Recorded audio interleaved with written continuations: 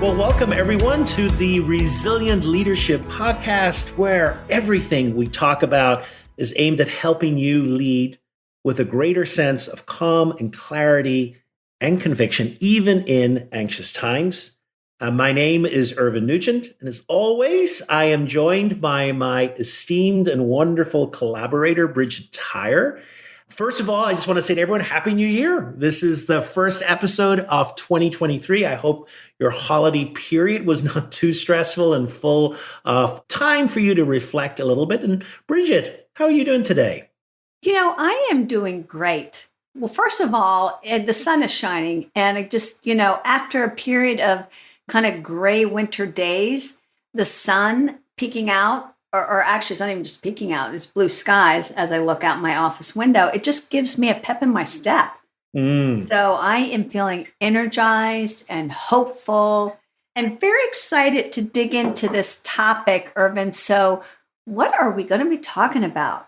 Well, we've started into a new year, so we thought it would be a great topic of stepping into your power. That's what today's title is. And the focus of today is the reality that, when we talk about leadership, be that leadership in the workplace, be it leadership in our family or in any social group we're part of, a vital element of leadership is power, and they kind of are synonymous with each other. But today, I think what I want to focus on is our felt sense of power and how it's connected really with how we show up, especially in our body. And how that sense of power or powerlessness can show up in our body. So, Bridget, we both work with many clients. Is this an issue, do you think, that some of the leaders that you work with struggle with, this sense and issue of power? Definitely. It's kind of interesting because I think the people I coach fall into two very different camps with regard to power. There are those who are conflicted about owning their own power. It doesn't seem quite right to them. Like maybe they see themselves as a servant leader. And how can you be a servant leader and wield power? Like they don't somehow go together for that, right? Yeah. And they're hesitant to step into their ambition as well. Yeah. And then I coach clients who are in the opposite of that, where their challenge with power is not embracing it. They embrace it. They just don't wield it very skillfully. They're like the bull in the china shop running around telling everybody what to do. Yeah.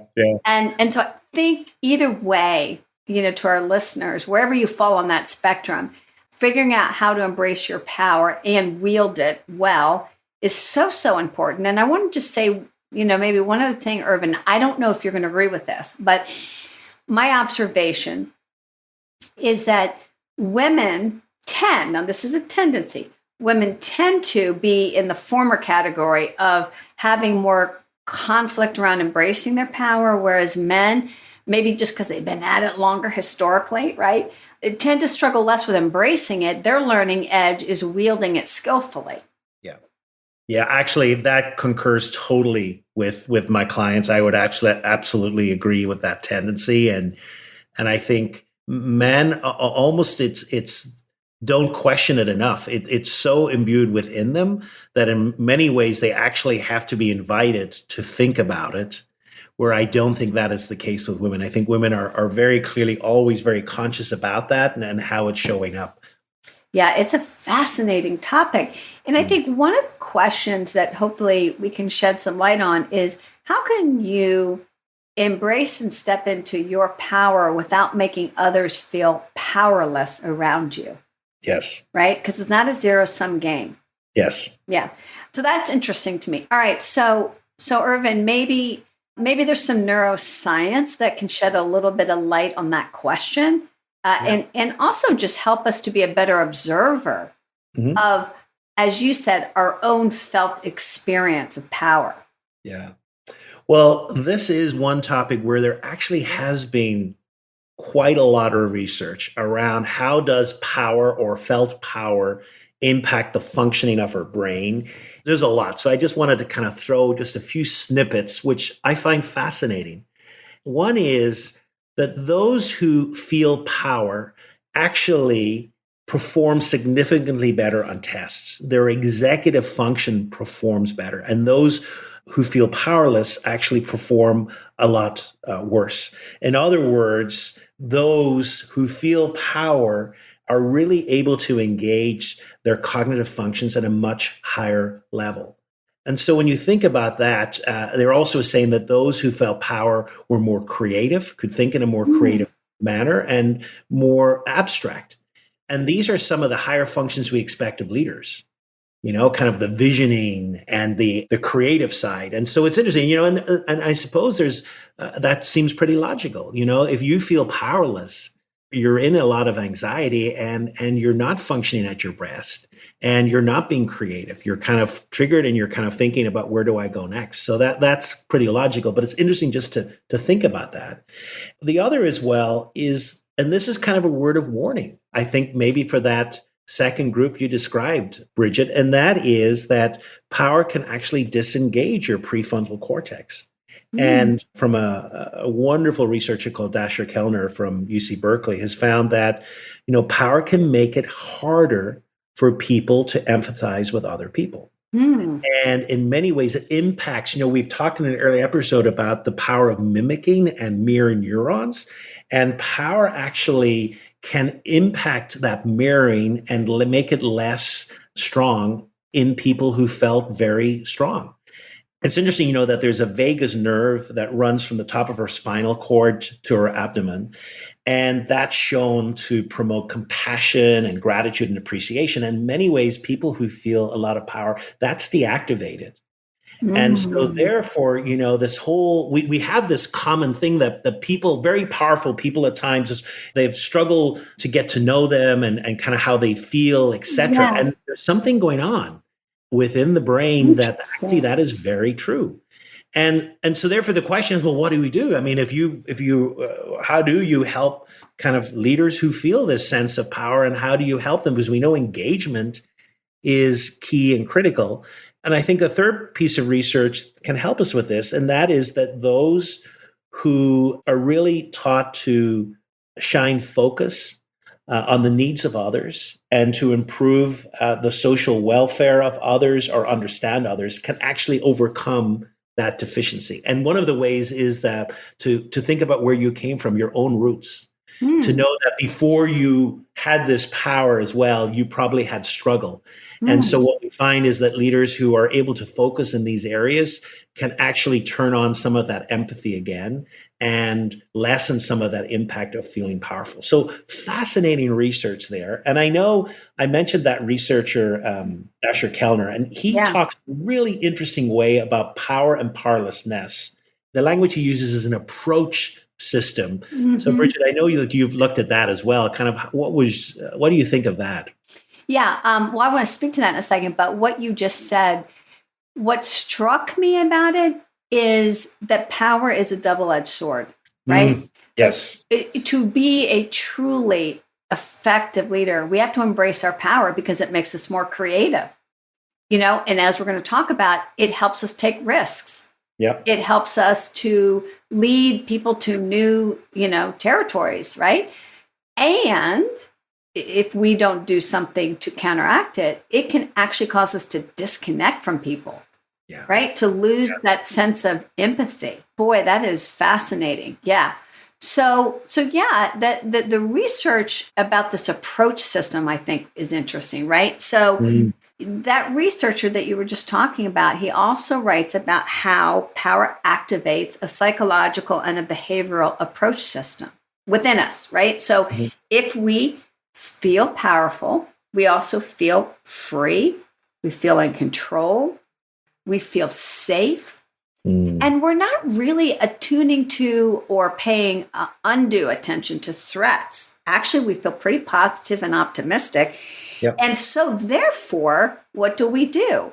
We approach challenge. We lean into it. We look for opportunities that have risk, and we feel more confident about taking them, right? So that's huge. And then the reverse is true, that when we feel a sense of powerlessness in our bodies, an inhibition system is activated, where now it's like a threat detection system. We've Yeah. talked about that before. The amygdala is like a threat detection system. Well, if you aren't in touch with your power, Mm. then you are going to see threats more easily and focus on them. And therefore, you will feel inhibited by Mhm. taking on challenges, by facing into to risks. And I just think that's a really powerful thing to be reminded of, right? Yeah. Power makes us approach, and Yep. powerlessness makes us avoid. Yeah. Yeah, that's very interesting. Okay, so Irvin, then let's say we are not as in touch with our power as we could be, Yeah. right? And so how would that maybe show up in some of our behavior? Yeah, it's such an interesting question. And I think, as you look at that sense of approach and avoidance. So let me just throw out a few behaviors that I notice a lot, especially when someone's felt sense of power is not there. One is this constant comparison to others. And, kind of you make conclusions about yourself, about how you're doing, about how you're acting based on others. And, we've all done it. And it's so hard to stop it. And the problem is it begins to drain away your power. Let me just give you an example from my own life. So we're both entrepreneurs. We both have our own businesses. And of course, you have to build a website, and part of your sales outreach is that you have to find 4 or 5 people who are in your space and kind of like what's their message and et cetera. And of course, you do this, and it's absolutely critical you do that. I'm not criticizing that. But boy, when you've come across someone else in your space and their website is better, that their message is better, and you go into this whole comparison, and here you are, you started with this sense of power, it's kind of, yes, I'm going to have this great website, I'm going to do this great message. And then then all of a sudden you can almost feel yourself just diminishing before your very eyes. And it's such a great thing because it just takes the wind out of you. And it's such a great experience of kind of what it feels like to feel less power and what that does. What is occurring to me as you share this is that if we're not in touch with our power, we tend to compare ourselves more ruthlessly to others. Yes, And then the absolutely. act of Yes, comparing makes us feel even less powerful, and it's a vicious cycle. absolutely. Yeah. Oh, it's great. Yeah, I love that. Yeah. A second behavior, and we've talked about that. There's an full episode on this, which you can look at as one of the earlier episodes, but it's on boundaries. And I think people who have a less sense of power are really not that good at really creating important boundaries. And I think there's a blur of boundaries. And really, what's important about a boundary is it's knowing kind of where you end and another person begins. And sometimes when we lack power, that we're not able to create those healthy boundaries. And it means, taking responsibility for your own actions, for your emotions, and really not taking responsibility for others. And the opposite is true. When someone feels kind of powerful, they're able to say, they're able to not only create the boundaries, but they're actually able to enforce them and say, no, actually, that's something, that I'm not willing to go. And, I was just talking to a client, Bridget, the other day, and they're returning to work, and we're in the mess of this returning to work. What does it mean? How many days, this and the other? And now they're forced to drive into work. And that means, well, I was giving 2 hours extra in work. I can't do that now. I'm sitting in traffic. And they have a real great sense of their own power. And they were actually able to have some really, going back to the episode before, of courageous conversations about creating healthy boundaries that say, Awesome. this is 2 hours that is just not available. And they were able to have that boundary conversation. Mm-hmm. A third one, and you've already alluded to this one, is about decision making. We have used the VUCA analogy before here. We've talked about we're living in times where there is so much volatility, there's complexity. Making decisions is just not easy as a leader. And at times, this comfort that we can get from having all the data and I've analyzed everything and I'll make a decision, that's just not our reality. And at times, we have to make a decision with maybe 60% of the data. Mm-hmm. And people, I think, who have a lesser sense of their own power, I find that very difficult. I think they worry and fret about getting it wrong. And not only that, but it becomes very personalized. What does this say about me if I get this wrong. And Mm. I think someone who has a greater sense of personal power is able to say, well, if I get it wrong, I try again and it's okay. Wow. And yeah, and I think how they approach that is very different.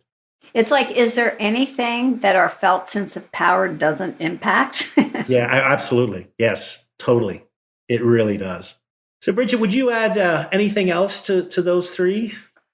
Oh, well, I guess as you were talking, one thing that comes to mind is this issue of confidence Mm, and where does the source of our confidence come from? When mm, we're in touch with our power, it sort of comes from the inside out. And yeah. when we're not in touch with our power, we look to others, right? Mm, We mm, need constant reassurance and affirmation from others. And that, of course, then makes us feel even less powerful, that vicious cycle, going round and round. I think also people who feel less powerful undervalue their mm. time, their expertise, their contributions. They undersell themselves.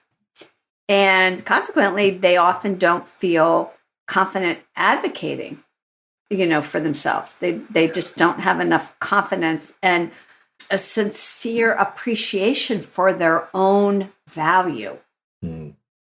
Again, it goes back to like, do we overvalue ourselves or undervalue ourselves? Yeah, yeah, And our felt sense of power has a lot to do with the answer to that. yeah, Yeah. yeah. All right. So, I mean, gosh, could it be any more clear that stepping more fully into our power is so essential for our happiness, for our success, for our capacity as leaders? But, like, how do we do it? How do we do it? Mm. And you mentioned something at the beginning about the body, that there's a Yeah. connection between power and our body. So, speak to that, Irvin. Yeah, so it's interesting. We have talked a lot here about cognitive, and we've talked about cognitive states, emotional states, and so the question is it just about how we think and we feel? And I think I think not. Is power just in our heads? And really, when we think about how we talk about power, there is a physicality in that.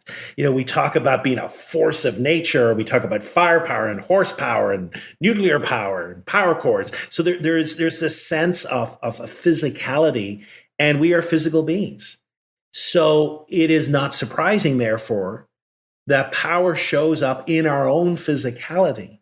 So as you're listening to this episode now, just stop what you're doing and just look at your body and just notice how your body is. And if you had to describe your body at this moment, how would you describe it? Are you relaxed? Are you tense? Are you out for a walk? Just notice, get in touch with that physicality. So often we have this physical vehicle, and so often in the world of work, we appreciate what's from the neck upwards, and we're disengaged at times from what's below our neck, and it's so critically important. Now, one of the most popular TED Talks that has ever been produced is from a researcher from Harvard called Amy Cuddy. If you haven't watched it, I think please do. But, she's trying to get at this question about, what does our sense of power show up, or how does it show up in our bodies? It's interesting. She talks, she goes through the whole animal kingdom, and she talks about how in the animal kingdom, how power and body language shows up as dominance. So it's one way, and how dominance shows up in our body is we become bigger. So in other words, when you think about it, when you think about people who feel powerful, take up more They space. certainly do. Absolutely. So when you think about, if you've ever seen like a gorilla or something, kind of beating the chest and kind of taking up, I grew up in a pub. I think many people know, my father was really great about knowing kind of maybe when an argument was going to happen, when someone felt powerful over another and they puff themselves up, and they kind of feel more powerful. And that's, part of that reaction of feeling, taking more space. And the other is also true as well. When we feel powerless, we take up less space. Mm-hmm. We diminish ourselves. We want to hide. We want to disappear. And what Amy Cuddy says is really interesting. When we're interacting with, there's another person, there's a complementarity going on there. That one person takes up one more space, and then the other person as well can take up less space. Oh, interesting. Naturally. So we have to really be on guard about that. And then the other key thing that so often I think we miss is that we're used to thinking, I feel a certain way and my body expresses that. Mm-hmm. But what Amy Cuddy also asks is that interesting question is, does our body drive how we feel and the mood that we're in? And I think we can say that. And, I do a lot of work around emotions. And what we know is, when something nice happens, we feel happy. When something we feel lost, we feel sad. But if you actually configure your facial muscles into that emotion, you begin to feel that emotion. So our bodies can also drive how we feel. Mm-hmm. So, knowing that, Bridget, how might we be able to use that in this notion of using our bodies into perhaps feeling more powerful, especially at times when perhaps that's not the way we feel? Yeah, well, listening to you, I just started practicing taking up more space physically, right? Yeah. So I Yeah. opened up my legs, my stance is a little wider, my hands are on my hips, my chest is open. It was a good reminder. But, one thing I want to share that I also think is very interesting is that men and women are socialized very differently around this. Mhm.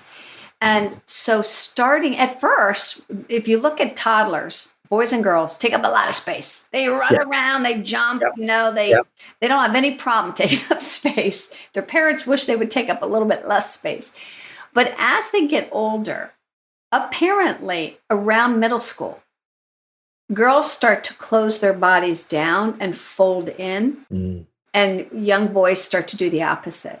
They start Mm. to unfurl and take up even more space, Mm. which I think is interesting. Oh, fascinating. Yeah. So for those of us as parents, that's so important to pay attention to. And yeah, so to your point and your question, Irvin, there are some really simple things we can do. We can remind ourselves to do these. We can teach our kids to do these, right? And it's all about taking up more space with your body. And so one of the things that feels actually really energizing and is easy to do, and most of us sit all day long, is just reach around the back of your chair and clasp your hands together, which forces your chest to open, right? Boy, does that feel good. I'm even doing it now and I'm standing and it just feels really good. Mm. And then to remember then with that throughout the day, particularly in conversation, to keep the chest open, because that takes up more space and also telegraphs connection and confidence. We've talked so much about breathing. A lot of this comes down to breathing more deeply, which also opens up our chest and allows us to sit or stand tall. So I think that can really be powerfully centering and kind of remind us of our felt sense of power.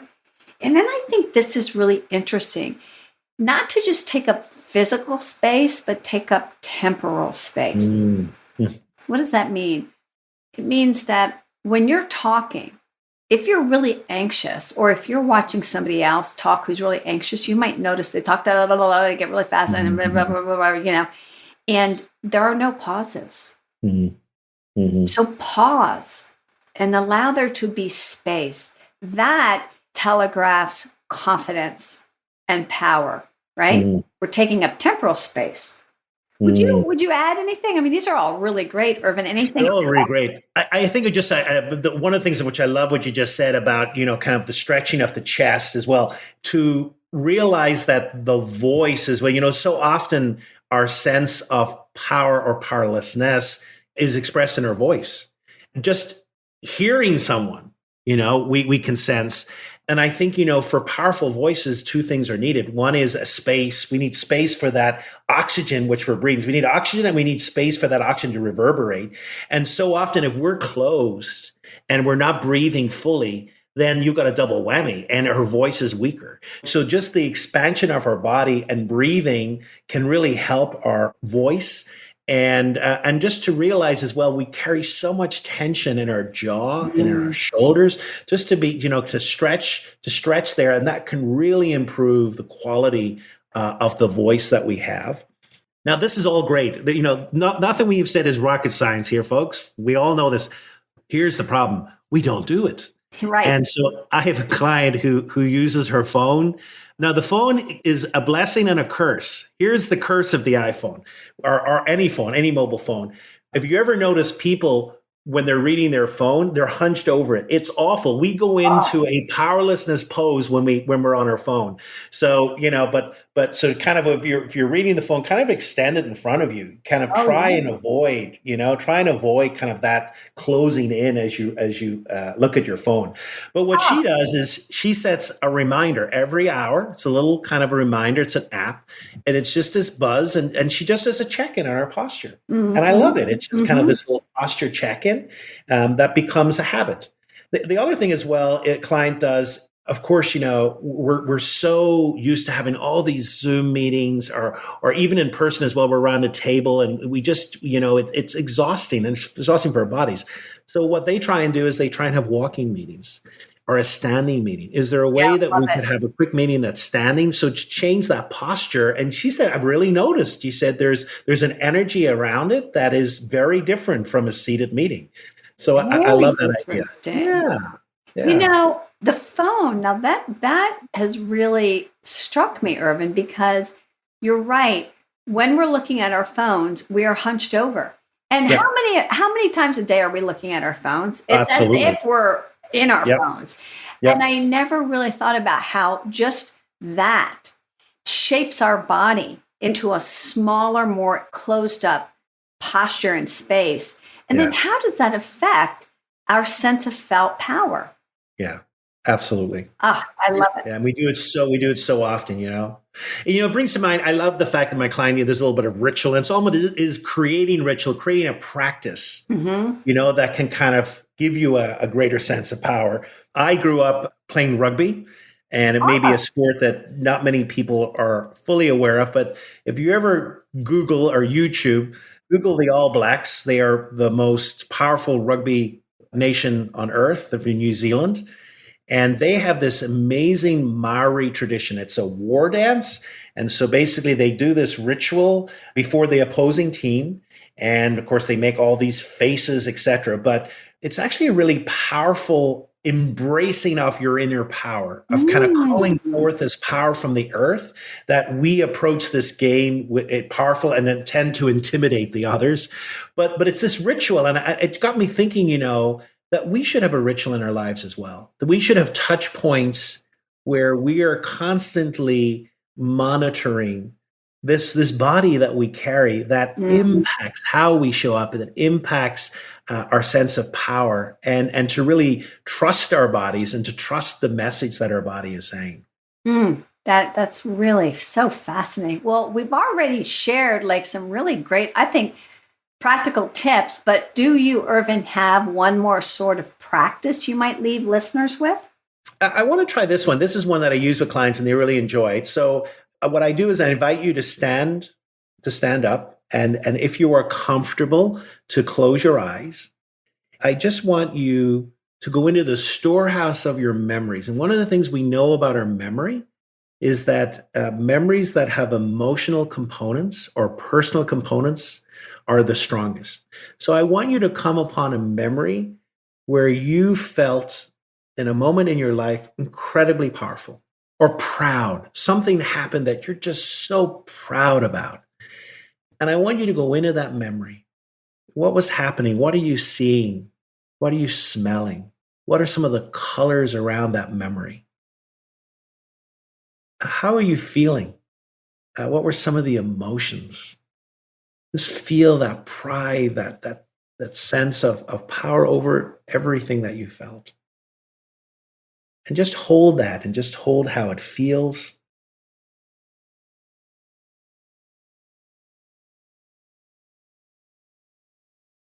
And as you come out of that, just be aware of how your body is feeling and little nuances that are happening, how you may have changed subtly in your body. And when I look at people, I do this in training. When I look at people, all of a sudden I'll feel people standing a little taller. I feel them being a little open. I'm seeing smiles in people's faces. And so these are amazing touch points that can really help us. So every day we have transitions. And maybe if we're transitioning into a situation where where perhaps we don't feel as confident, we feel a little powerless, to actually activate that memory, to activate the power of that memory, and to remind our bodies, of how we felt in that experience, can really be helpful as we go through the threshold into that meeting, perhaps, or that conversation, or whatever it is where we're feeling a little tense. That's lovely. Thank you for that. I do feel different, as you were walking us through that. I noticed I felt more grounded and more connected to my feet and my legs. And I don't know, just my whole body sort of relaxed very naturally into a more open posture. That's great. Well, Irvine, this has been a fascinating conversation. I have a lot of connections being made. I do think that power is a double-edged sword, as we've discussed, right? Yeah. And so we need it. We have to embrace our power as leaders because, as you shared with the neuroscience, it makes us more creative. Yeah. It makes us more open to risk-taking. It triggers an approach system within our psychology and within our behavior. And yet, power can cause us to disconnect from people too. We can lose our sense of empathy with others. And in a powerful presence, sometimes others start to feel less powerful, and that's certainly not what we want. Yeah. So we have to work on embracing our power and staying connected to others. And at the end of the day, and we've said this before, sometimes the simplest way to make a powerful change is through the body. Right? And to take up more space. It's a shortcut, it's a powerful one, and it works. So thank you so much, Irvine, for this conversation. And to our listeners, if you know of somebody who is a leader and who struggles to get their relationship with power just right, share this episode. And what's on tap for next time is certainly something that requires us to be in touch with our power. And that's the art of self-advocacy. How do we become a potent advocate for ourselves? So that's what's on tap for next time. Irvine, thanks as always for your conversation and for your thoughts. Loved it. Likewise, Bridget, I appreciate it. Take care, everybody. Bye-bye. Bye now.